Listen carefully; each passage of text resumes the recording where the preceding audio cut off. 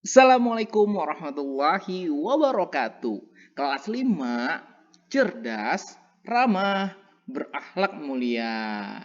Pada video kali ini kita masuk pada tema kita yang keempat, sehat itu penting. Ya, subtema yang pertama, peredaran darahku sehat, pembelajaran pertama. Oke, sudah siap semuanya? Ya, kita masuk pada tujuan pembelajaran kita hari ini.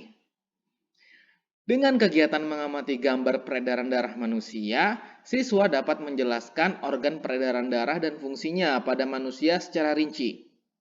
Dengan kegiatan berkreasi menggambar, siswa dapat menggambar cara kerja organ peredaran darah manusia secara rinci.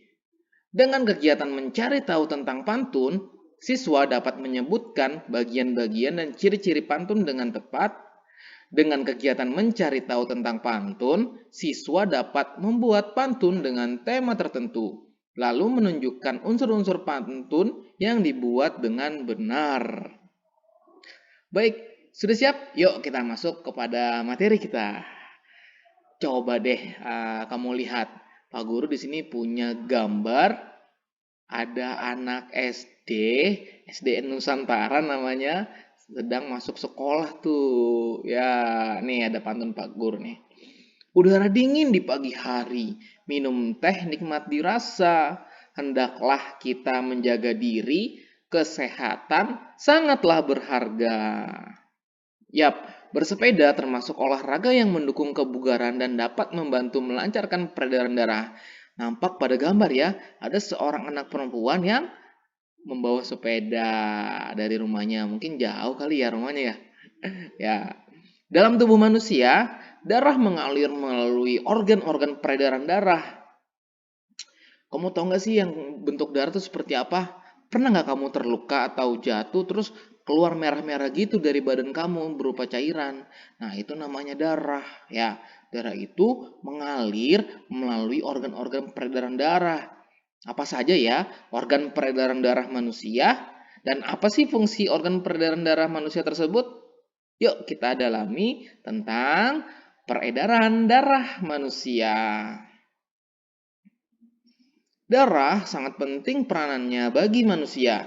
Iya dong, peranan darah antara lain mengalirkan oksigen ke seluruh tubuh dan mengangkut karbon dioksida. Tuh, peranan darah. Ya, di sini ada gambar ya, gambar bagan nih. Mengalirnya darah di dalam tubuh disebut sistem peredaran darah.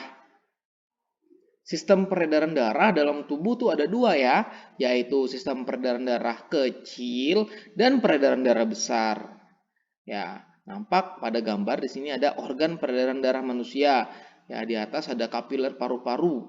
Ada peredaran darah kecil tuh di atas ya. Serambi kiri, bilik kiri. Ini mirror ya. Gambaran nampak mirror atau cermin ya. Yang sebelah kiri yang merah nih, yang warna-warna merah tuh sebelah kiri, yang biru sebelah kanan. Sistem peredaran darah kecil. Sistem peredaran darah kecil yaitu peredaran darah mengalir dari bilik kiri menuju paru-paru melalui arteri pulmonalis. Dalam paru-paru terjadi pertukaran darah yang banyak mengandung karbon dioksida dengan darah yang banyak mengandung oksigen. Darah yang banyak mengandung oksigen kembali ke jantung melalui vena pulmonalis. Ya, seperti ini ya. Arahnya nih ya, dari bilik kanan, arteri pulmonalis, terus paru-paru, terus vena pulmonalis, kemudian serambi kiri. Ini sistem peredaran darah kecil. Lalu, sistem peredaran darah besar. Sistem peredaran darah besar yaitu darah yang banyak mengandung oksigen atau O2 mengalir dari bilik kiri jantung ke seluruh tubuh, kecuali paru-paru, melalui arteri besar atau aorta. Selanjutnya terjadi pertukaran darah yang banyak mengandung oksigen dengan darah yang banyak mengandung karbon dioksida di seluruh tubuh. Ya, darah yang banyak mengandung karbon dioksida kembali ke jantung melalui vena ke serambi kanan. Ya, bagiannya ini dari bilik kiri ke aorta, arteri, seluruh tubuh, vena, terus serambi kanan. Organ peredaran darah manusia. Nah, di sini ada jantung. Nah, jantung manusia. Ada lagi pembuluh darah. Terus ada yang namanya paru-paru. Ya, paru-paru selain organ pernapasan juga organ peredaran darah manusia juga ya. Oke, jantung, kita masuk ke jantung. Ini gambar jantung ya, dan bagian-bagian jantungnya sudah Pak Guru tampilkan di layar kita. Nah, fungsi jantung adalah memompa darah ke seluruh tubuh. Jadi kalau jantung berhenti, pasti manusia sudah tidak ada nyawanya lagi karena tidak ada darah yang terpompa ke seluruh tubuh. Jantung memompa darah dengan cara berkontraksi dan berelaksasi secara bergantian sehingga jantung berdenyut, mengembang, dan mengempis. Jantung tersusun atas kumpulan otot yang kuat yang disebut miokardium. Bagian-bagian jantung. Bagian jantung dan fungsinya nih Pak Guru tampilkan.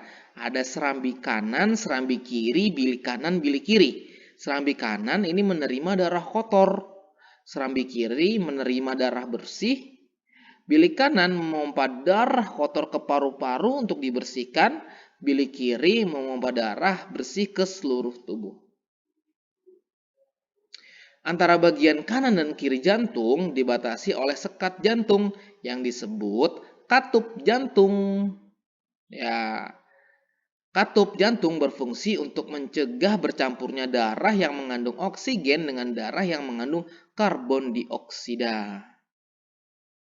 Kontraksi dan relaksasi pada jantung mengakibatkan terjadinya denyut jantung atau denyut nadi. Kita langsung masuk ya, kedua namanya pembuluh darah.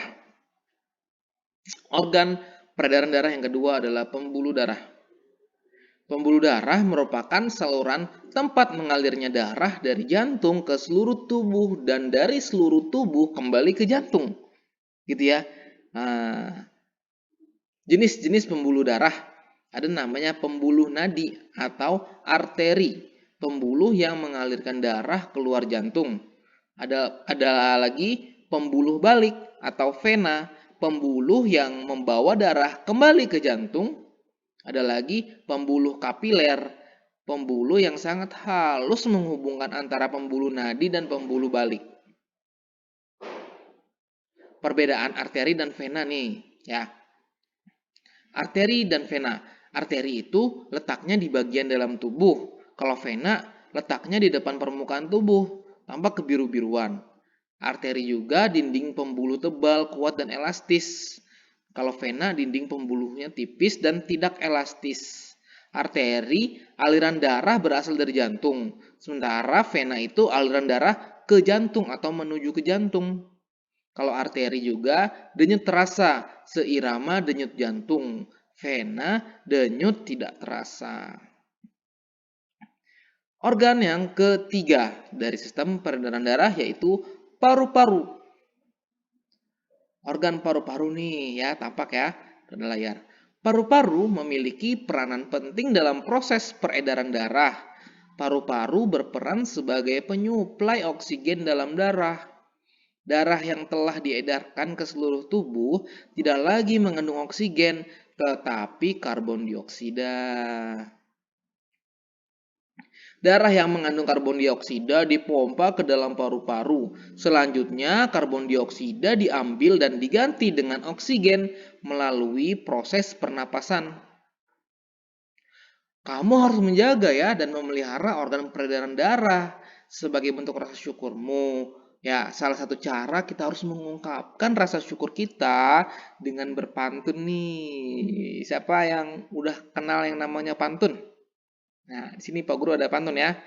Rambutku lebat, rambutku subur. Cakep, tidak dapat dipasang jepitan. Tubuhku sehat, ku ucap syukur. Darah mengalir tanpa hambatan. Oke deh. Mengenal pantun. Nah, kita akan mengenal pantun dengan tantangan belajar kita pada hari ini. Yang pertama, apakah yang kamu ketahui tentang pantun? Ayo, kamu tahu apa tentang pantun? Tanyakan kepada orang yang mengetahui tentang pantun. Bisa orang dewasa yang ada di sekitar kamu, bisa orang tua kamu, gitu ya, bisa kakak kamu. Kamu juga dapat mencari informasi melalui media tentang pantun. Caranya dengan baca buku, internet, atau media lainnya. Tuliskan tentang pantun pada kolom komentar ya. Apa sih yang dimaksud dengan pantun, jenis-jenisnya, atau sepengetahuan kamu ya. Kamu cari tahu dulu tentang pantun. Lanjut, tantangan belajar yang kedua. Ya, organ peredaran darah manusia perlu dijaga kesehatannya. Mengapa harus dijaga kesehatannya? Bagaimana dengan orang yang tidak peduli terhadap kesehatan organ peredaran darah? Seperti orang selalu merokok di sembarang tempat, termasuk di tempat umum. Ayo, menurut kamu ya, bagaimana? Tulis di kolom komentar ya. Oke,